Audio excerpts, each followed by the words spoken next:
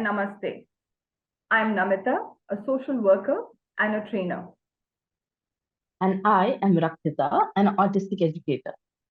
We warmly welcome you to a unique podcast series, Daisies, Edelweises, and Irises, DEI in Education.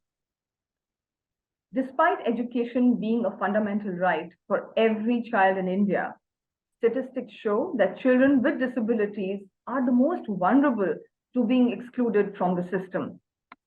Our collective vision is to enable and empower all stakeholders in the field of education. In this series, you will hear from parents, students, teachers, school management, and adults with disabilities about their aspirations and roadblocks. Are we providing solutions on this podcast? No, we are not. Through this series, we intend to spread awareness about stakeholders' lived experiences and the latest evidence based best practices. We hope that our conversations lead to further thought provoking questions and critical reflection. A fisherman community that goes away for 6 months and say they have a child with cerebral palsy who has locomotor disability, and they really like, we see this very often with children, with parents who have children with disabilities, right? That they have aspirations that their child is going to that education is somehow going to do wonders for their child. What can we do?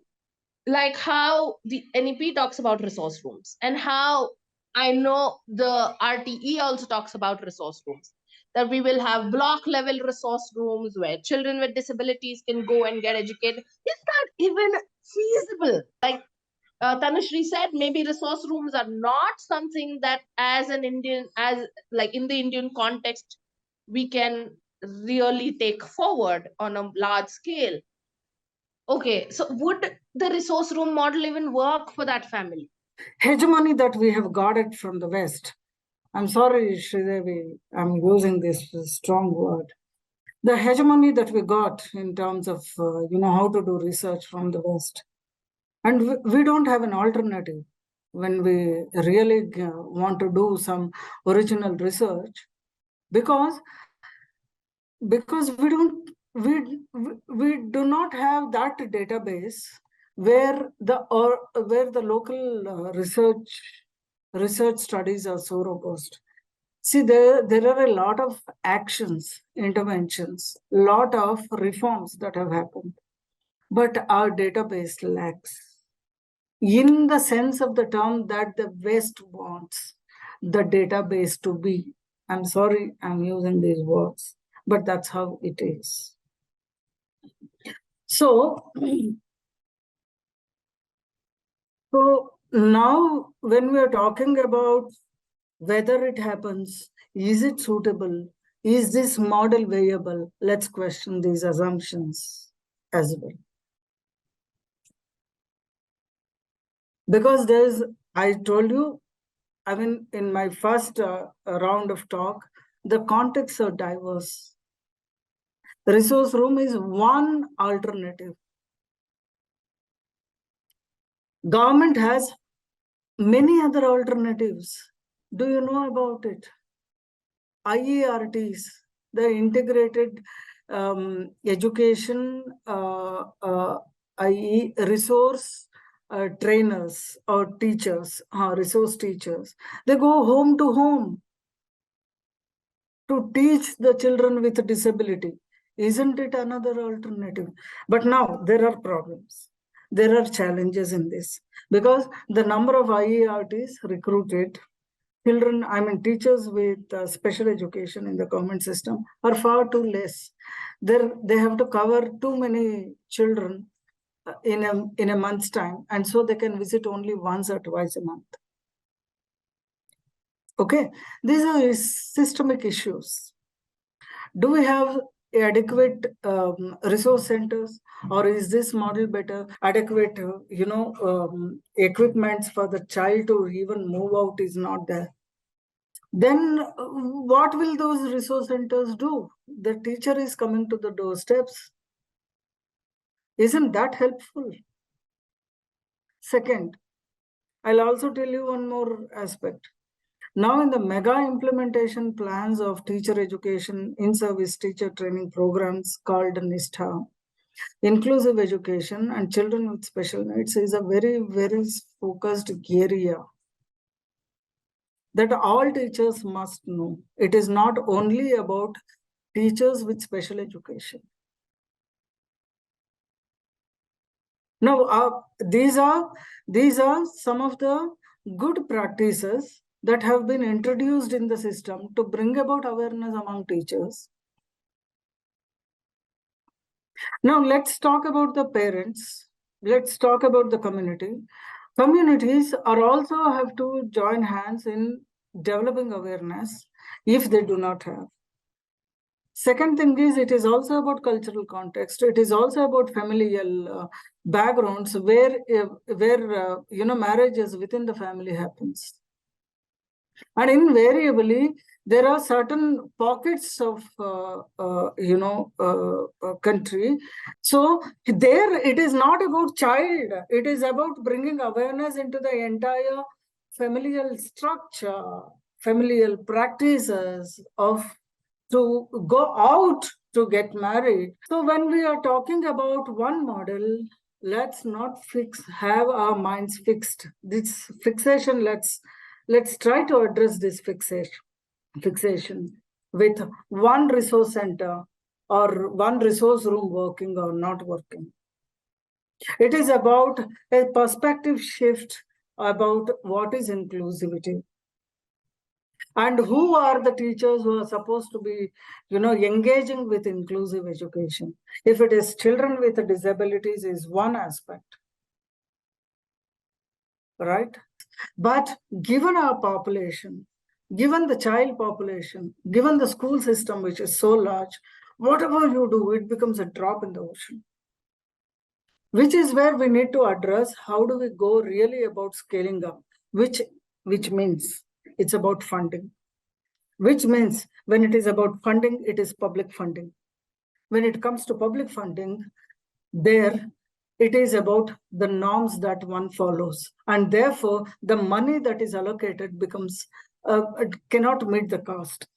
And which is where now what Tanushi is looking at, the public-private partnership is coming into in a much more rigorous way in Indian education system, where government is saying openly and including the stakeholder participation in multiple ways. Let's see, wait for India to really gear up, give the time for India for about 2-3 years to gear up and see what changes have happened. So let's look at it as what works well, given the deficits that are there now. Scaling, see, this very special education for children with disabilities is very, very unique to each child, and it has to be localized, contextualized. If you scale it up, it is going to be generalized. That generalization may not help. This is exactly where the very term inclusivity needs to be unpacked. What, according to you, is some of the innovative work which is happening in India in this space now? Would you like to please share that? I mean, I was actually going to say that exact same, is that I'm a bit wary of this idea of innovation itself, because I think the focus on novelty in this space sometimes distracts from sort of long-term arduous work that is required to make change happen over sort of whatever shiny new approaches that sometimes come along. And I think the important question is innovative for whom? Who is this approach new for, right? Who is the newness for? And I think one of the things that's important to consider is that this idea of innovation is different from, say, novelty or creativity, because innovation sticks, right? Innovation exists because some structural and institutional changes have happened. And so the question is, what are the changes that have stuck? And I think it's also important to consider that the term innovation implies that something is uniformly good, right? And I would say that the sort of, right, and I'm critiquing that. I'm critiquing the idea that innovation is something that is uniformly good. I'll give you an example. Something that I think has been very innovative or new in the last few years in the education space is the introduction of learning outcomes and large-scale assessment for assessing the quality of education system. These are innovations that have happened because of how we've created technologies of doing large-scale assessments. Right?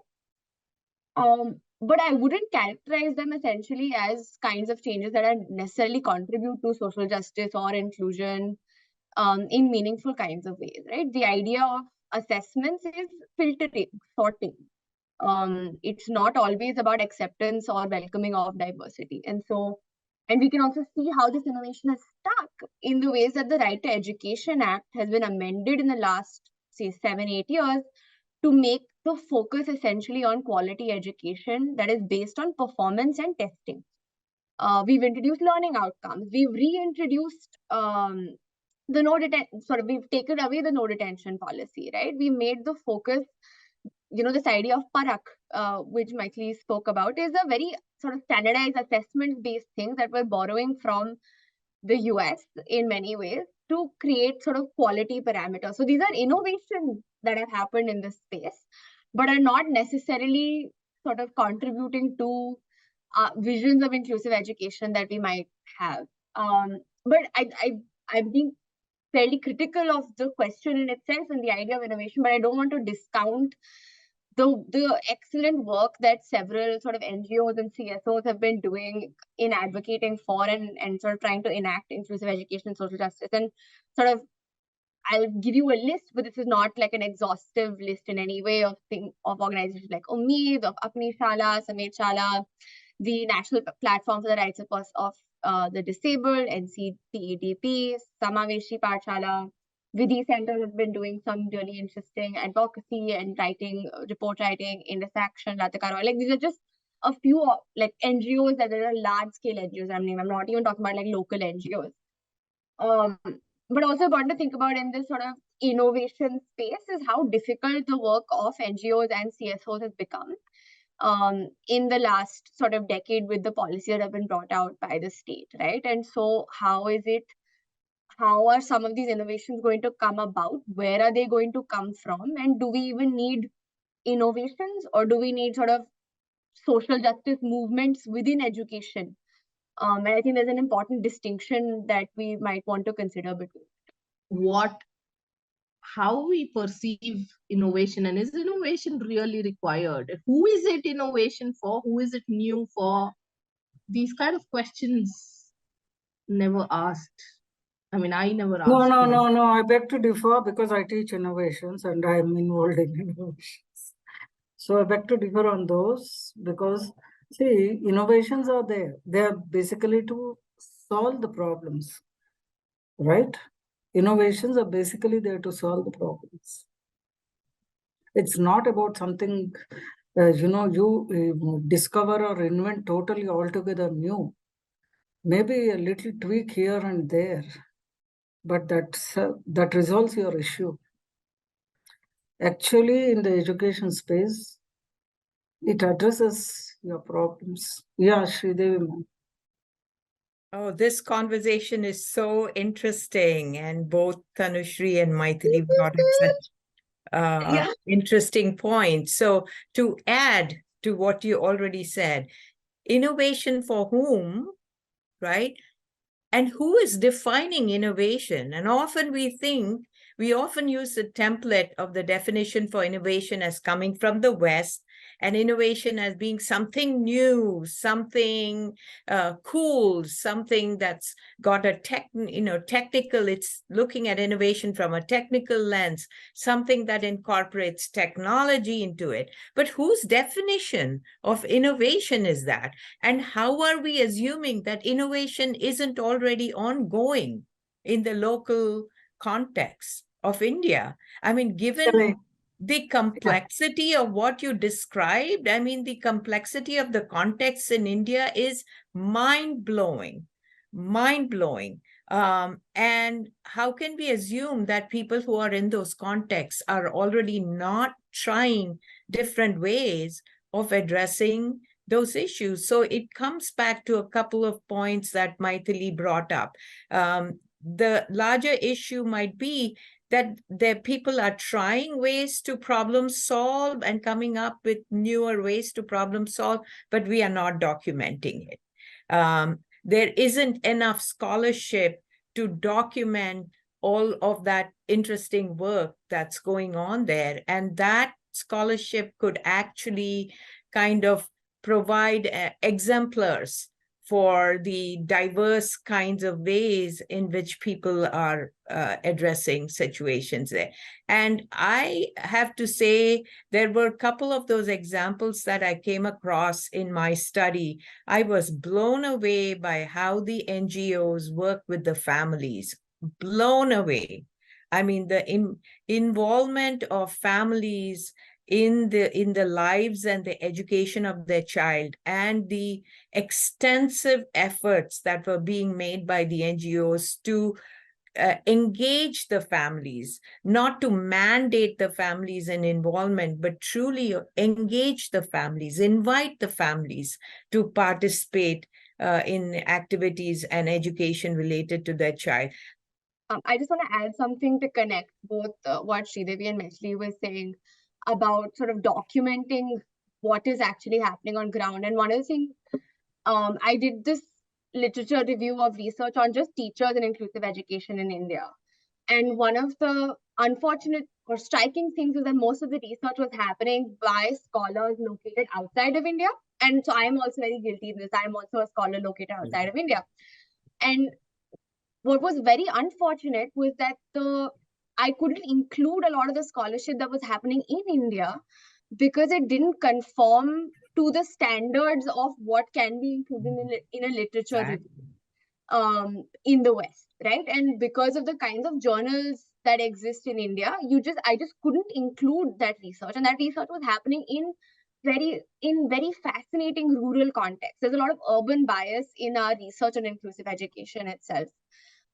It was happening in a remote village in West Bengal that I really wanted to include, but I just couldn't include it because of the kinds of journals that it was published in, what we call sort of quality markers of research. So I think in a group of researchers, I think that's also something for us to sort of think about and put out there is, one, how can we support scholarship around inclusive education in India?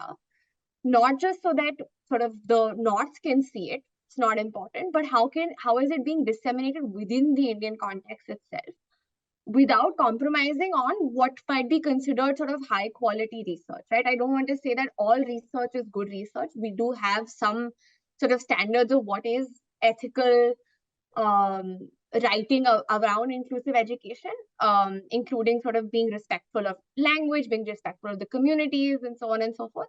But just how can we get this work out there so that at least within the Indian context, within the global South, we can start having this conversation in at least amongst researchers and using that to talk to teachers and other actors in the space. Thank you so much. Can I just take Yes, 1 yes. minute? Yeah. Yes. So I'm so happy to see Tanushri and Sridevi really questioning those assumptions behind innovations and inclusive education coming together.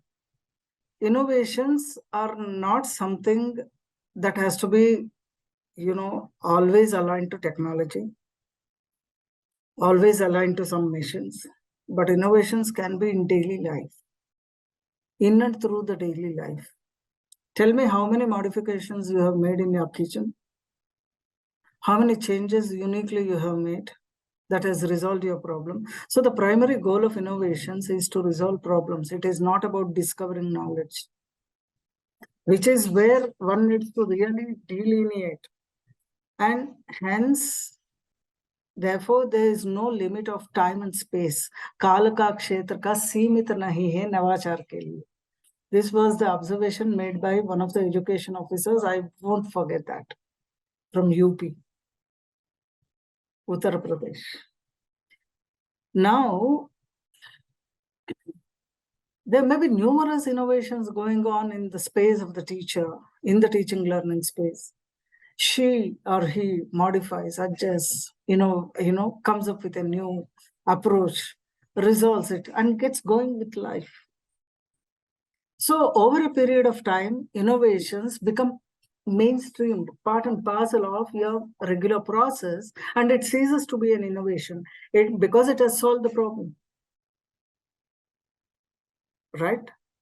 So once it solves the problem, either it gets absorbed as a process within the larger, as one of the aspects of the process in the larger context of the schooling, or it ceases to be serving its purpose, and so it's done.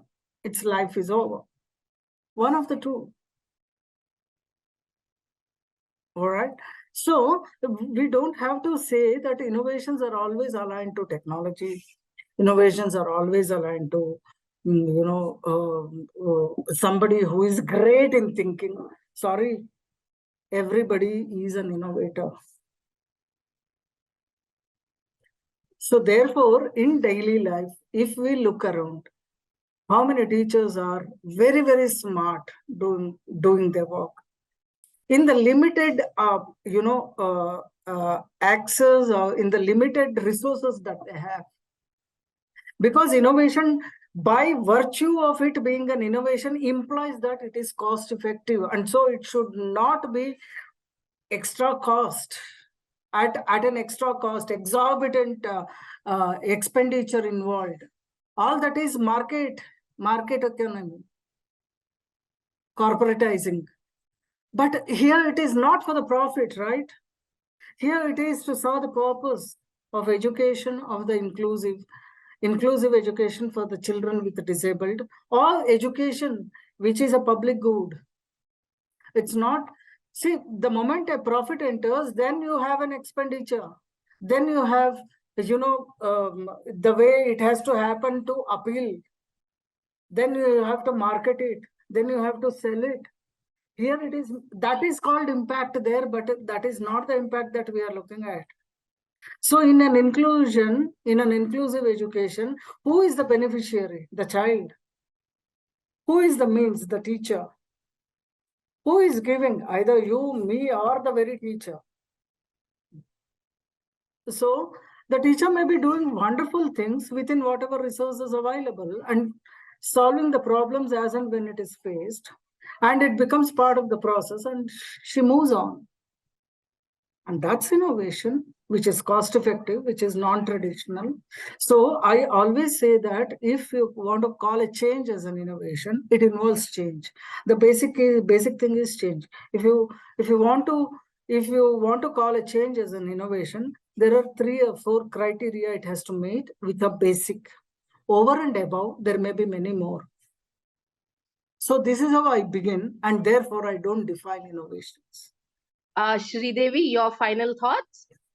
Well, Okay. listening to what Mythili and Tanushri have shared, there is a larger theme that's coming to my mind, or a couple of themes. One is we have to let go the Western notion of universality. The search for universality is a part of the Western intellectual paradigm.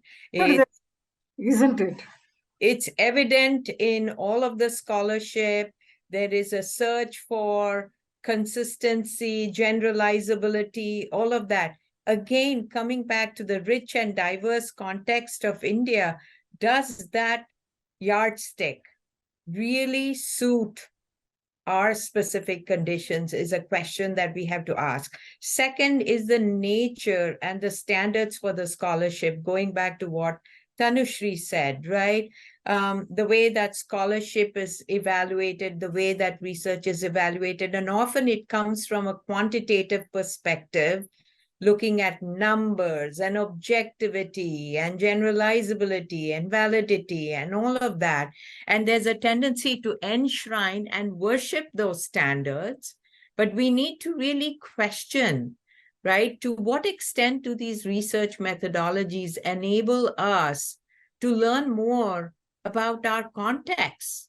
And who is defining these methodologies as a way to explore the realities that we have. I think my closing thoughts would be, I think we need to challenge the assumptions by which we approach how we do inclusive education. I think we have to assume that there are innovative approaches to it already at the ground level. It's not going to be perfect. It's not going to meet the criteria that's given to us by the Western world. That there are strengths in the work that we are doing, that there are stakeholders at the ground level who are figuring out ways to deal with complex problems, and that there might be strengths-based lenses for looking at human differences that people are already using, strengths-based lenses within the local narratives that are there that we could learn from. And I think so, I would say we need to have a shift in the assumptions. Thank you so much. Tanushree? Yes. Okay. My final thoughts on this. I think one of the things that really come across with this conversation is a consideration for context, within which we are trying to make inclusive education happen. And I think we talked a lot about sort of the diversity of India, the different sort of forms of exclusion that exist. But I think what I think we should also start thinking about more seriously is the political context within which we are trying to do inclusive education. And one of the things I think a lot about is something that Roger Slee, who is a scholar of inclusive education, says, sort of like, how do we make inclusive education happen when exclusion is a political predisposition? So I think something that we should be thinking a lot about. The second thing I want us to think a lot more about is teachers' working conditions, and a greater focus both in research and as well as in practice. And I think sort of in my work with sort of looking at school NGO partnerships for both schools and NGOs to think very seriously about teachers' working conditions and what they're asking teachers to do in the limited resources and time that they have.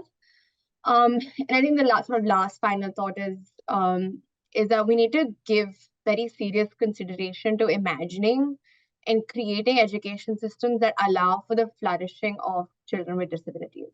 So not about managing, not about including, but not just about giving reasonable accommodations or concessions. I want unreasonable accommodations for kids with disabilities, but for truly creating a vision for a future where disability and difference is celebrated in educational spaces. And also for a vision where difference in disability is not a result of violence or neglect. So I think holding those two together really strongly in how we think about inclusive education in India. Thank you so much. Thank you so much. Thank you so much. Thank you for the invitation. When we recorded this video, we were so overwhelmed with the new information we got, we didn't have words to express our thanks in more words. This episode really pushed us to think. We hope it met your expectations too. Do write to us. Our email ID is dei.education2023@gmail.com. That is dei.education2023@gmail.com. Tell us what you liked, what you didn't, and what your experiences with inclusive education has been. Don't forget to hit the subscribe or follow button so that you will be notified of our new episodes. Until next Friday, here is a bye-bye from the team at Daisies, Edelweises and Irises, DEI in education.